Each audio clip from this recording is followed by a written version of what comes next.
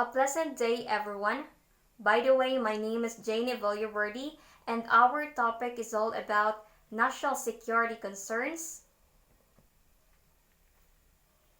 And I am going to discuss about national security. So here we go. What is national security? National security or self-defense is the security and defense of a nation-state, including its citizen, economy, and institutions, which is regarded as a duty of government. It is also conceived as protection against military attack. National security is now widely understood to include also non-military dimensions, including the security from terrorism, minimization of crime, economic security, energy security, environmental security, food security, cyber security, and others. Similarly, national security risks include, in addition to the actions of other nation states, action by violent non-state actors, by narcotic cartels, and by multinational corporations, and also the effects of natural disasters. So it is defined as the state or condition wherein the values which a nation treasures, such as territorial integrity, sovereignty, people's way of life, and well-being are protected and enhanced. So, as stated, the goal of the national security strategy is to ensure the protection of our nation's fundamental and enduring needs. So, from protecting the lives and safety from people, and also for maintaining the sovereignty with its values, institutions, and territory intact, and provide for prosperity of the nation. So measures taken to ensure national security. So first is using diplomacy to rally allies and isolate threats. Second, marshalling economic power to facilitate or compel cooperation. Third, maintaining effective armed forces. Fourth, implementing civil defense and emergency preparedness measures, including anti-terrorism legislation. Fifth, ensuring the resilience and redundancy of critical infrastructure.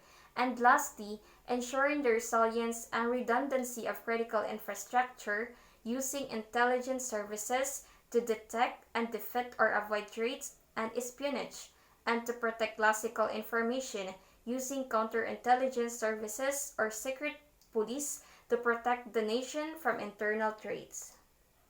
So here are the elements of national security. So the first one is military security.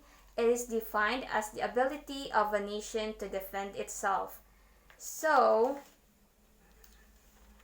military security, it is one of the most important issues of the first century. It is designed to avoid the accidental corruption of mission-critical data, as well as providing assistance to local, state, and federal agencies in mitigating the effects of man-made and natural disasters, providing for the public safety and restoring essential services. So for example, is the Armed Forces of the Philippines or Sandatahang Lakas ng Pilipinas. So here is the pictures with Rodrigo Duterte. Rodrigo Roa Duterte. And now let's talk about Armed Forces overview. The Armed Forces of the Philippines or AFP consist of 66,000 member Army, a 24,000 member Navy, including 7,500 Marines, and a 16,000 member Air Force. Active forces are supplemented 131 reserves. A joint service command covers 5 military areas. The 6,000 member National Capital Region Command, established in November 2003 and responsible for protecting the government against coup attempts. The President of the Republic is the Commander-in-Chief in the Armed Forces. The AFP or Armed Forces of the Philippines is poorly funded and is armed with antiquated equipment. So in 2003, the government moved to replace World War II era rifles. In addition, only a slightly more than half of the Philippines' naval ships and operation and only a few airplanes are combat ready. Compounding the problem of inadequate equipment, or the AFP leadership has been accused of corruption and complicity with insurgent groups, although its primary mission involves counterinsurgency. So in July 2003, junior officers stated an unsuccessful coup. The Philippines is recipient of United States military assistance. So let's talk about political security. It is defense against any form of political oppression. It is concerned with whether people live in a society that honors their basic human rights. So extradition is a means of preserving political security.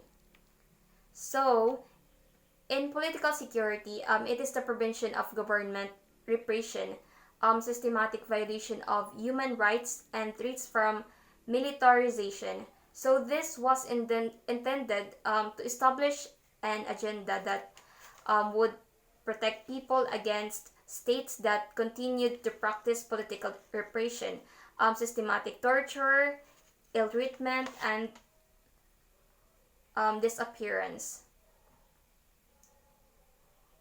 So let's talk about environmental security. It is to examine threats posed by environmental events and trends to individuals, communities, or nations. It may focus on the impact of human conflict and international relations on the environment, on how environmental problems cross state borders. Um, for that, in environmental security, it is a dynamic that restore environment damaged by military action, um, amelioration. It is also help safeguarding our essential conditions for peace and sustainable development. So, to sum it all, national security is not just the security of the country and its citizen.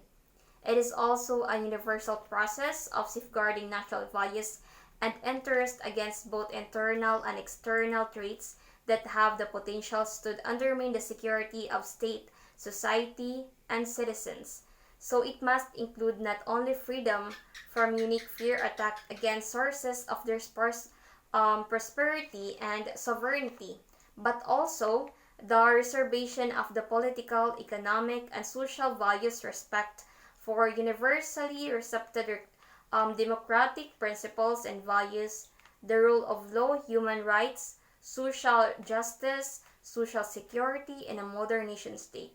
So, in some approaches identified as security of state, it is a capacity of a nation to protect its internal values against external threat.